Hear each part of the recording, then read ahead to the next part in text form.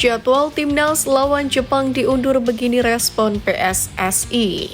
Erick Thohir evaluasi STY, target kualifikasi Piala Dunia 2026 ditetapkan. Cetak hat-trick Egy Maulana Fikri kirim pesan ke STY.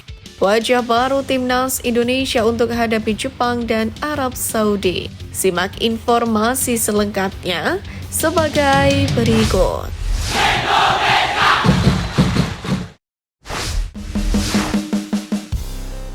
Erick Thohir evaluasi STY, target kualifikasi Piala Dunia 2026 ditetapkan.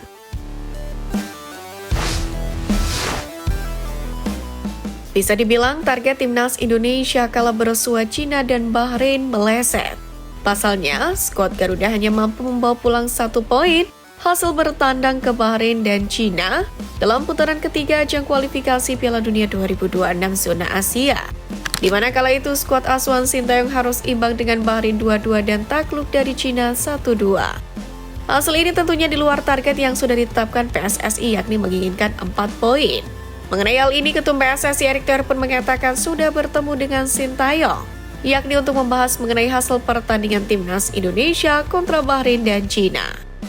Kami bicara serius terkait target timnas Indonesia untuk bisa berada di posisi 4 besar di grup C ronde ketiga kualifikasi Piala Dunia 2026 zona Asia, tegas Erick Thohir. Kini timnas Indonesia pun masih menyisakan 6 pertandingan lagi di ajang ini, dengan rincian 4 laga kandang dan 2 laga tandang. Tentunya ke-6 pertandingan mendatang harus dimaksimalkan sebaik mungkin. Lebih dari itu, PSSI pun meminta para supporter tetap memberikan dukungan penuh kepada pelatih timnas Indonesia Sintayong, terlepas dari hasil kurang memuaskan di 2 laga sebelumnya. Jangan dulu kita ini stay out, jangan dululah. Ya, kita butuh kekompakan, sekarang kompak aja dulu, kata Arya Sinulinga. Menurut Arya, dukungan dari supporter adalah yang paling dibutuhkan timnas Indonesia saat ini. Pasalnya, pada bulan depan mereka harus bertanding lagi untuk mengincar kemenangan perdana, yakni melawan Jepang dan Arab Saudi di kandang sendiri.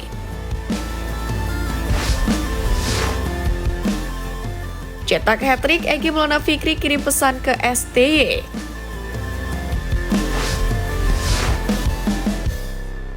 Pemain timnas Indonesia Egy Maulana Fikri menggila saat membantu Dewa United menghancurkan tuan rumah Semen Padang FC, yakni dalam pekan ke-9 BRI Liga 1 2024-2025, tepatnya pada hari Jumat 25 Oktober. Diketahui Dewa United bertandang ke markas Semen Padang di Stadion Haji Agus Salim pada Jumat sore. Setelah melalui 90 menit pertandingan, Dewa United menang 8-1 atas tuan rumah. Dalam kemenangan ini, winger timnas Indonesia itu mencetak hat-trick dalam kemenangan 8-1 timnya. Egy Maulana Fikri sendiri bahkan sudah mencetak 2 gol saat laga baru berjalan 6 menit, sebelum akhirnya melengkapi hat-tricknya pada menit ke-40. Dengan demikian, mantan pemain Legia Gedang ini total telah mengemas 5 gol dari 8 pertandingan Liga 1 musim ini. Ketimbang pemain manapun di timnas Indonesia yang dipanggil pada FIFA Matchday Oktober, koleksi 5 gol merupakan yang terbanyak. Lalu apakah ini pertanda Egy Maulana Fikri akan kembali diandalkan Sintayong untuk mengisi winger kanan timnas Indonesia? Sebagai informasi, terakhir kali Egy mentas sebagai starter bersama Garuda, yakni saat menghadapi Jepang di matchday pamungkas grup D Piala Asia 2023, tepatnya pada Januari 2024. Ia saat itu mentas sebagai winger kiri dan bermain 73 menit. Berselang 10 bulan, timnas Indonesia kembali menghadapi Jepang, yakni di lanjutan kualifikasi Piala Dunia 2026 zona Asia. Lalu akankah Egy Maulana Fikri kembali bermain sebagai starter? Tentu peluang itu ada, sebab pemain yang mengisi posisi winger kanan timnas Indonesia ini belum ada yang benar-benar tampil konsisten, seperti Malik Rizaldi, Witan Sulaiman, bahkan Marcelino Ferdinand. Wajah baru timnas Indonesia untuk hadapi Jepang dan Arab Saudi.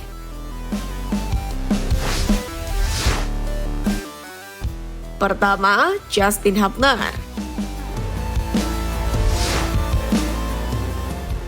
Justin Hubner mungkin kembali dipanggil oleh Sintayong setelah absen melawan Bahrain dan Cina lantaran cedera.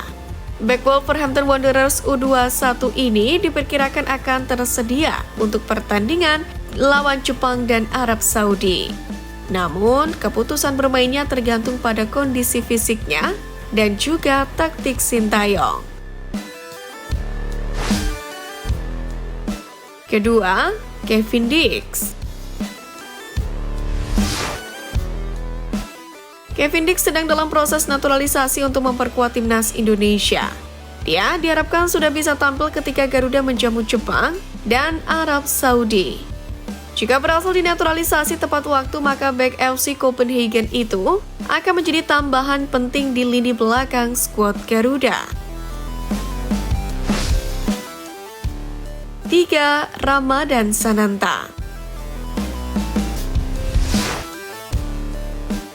Ramadan Sananta tidak dipanggil Sintayong untuk FIFA Matchday Oktober kemarin. Kemungkinan karena alasan taktikal. Namun peluangnya untuk dipanggil kembali dalam pertandingan melawan Jepang dan Arab Saudi terbuka lebar. Mengingat penampilannya yang baik musim ini dengan 1 gol dan 1 assist bersama Persis.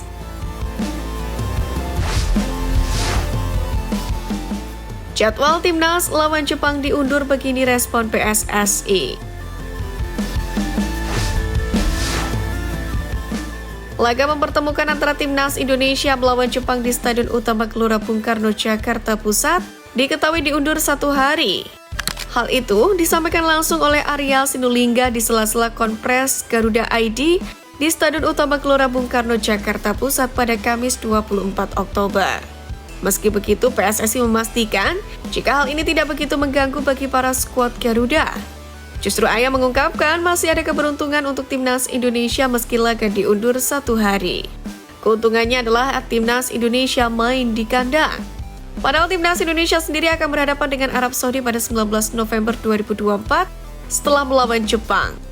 2 pertandingan ini pun krusial bagi skuad Merah Putih, lantaran pasukan Sintayong sedang mencari kemenangan pertamanya.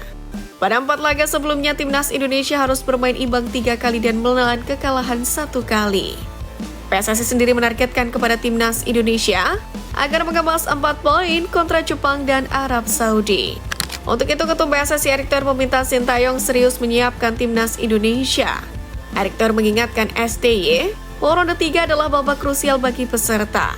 Erick Thohir juga menambahkan bahwa STY juga wajib memaksimalkan dalam meramu taktiknya, termasuk soal pemilihan pemain yang pada laga terakhir kontra Cina dianggap tidak menurunkan skuad terbaik.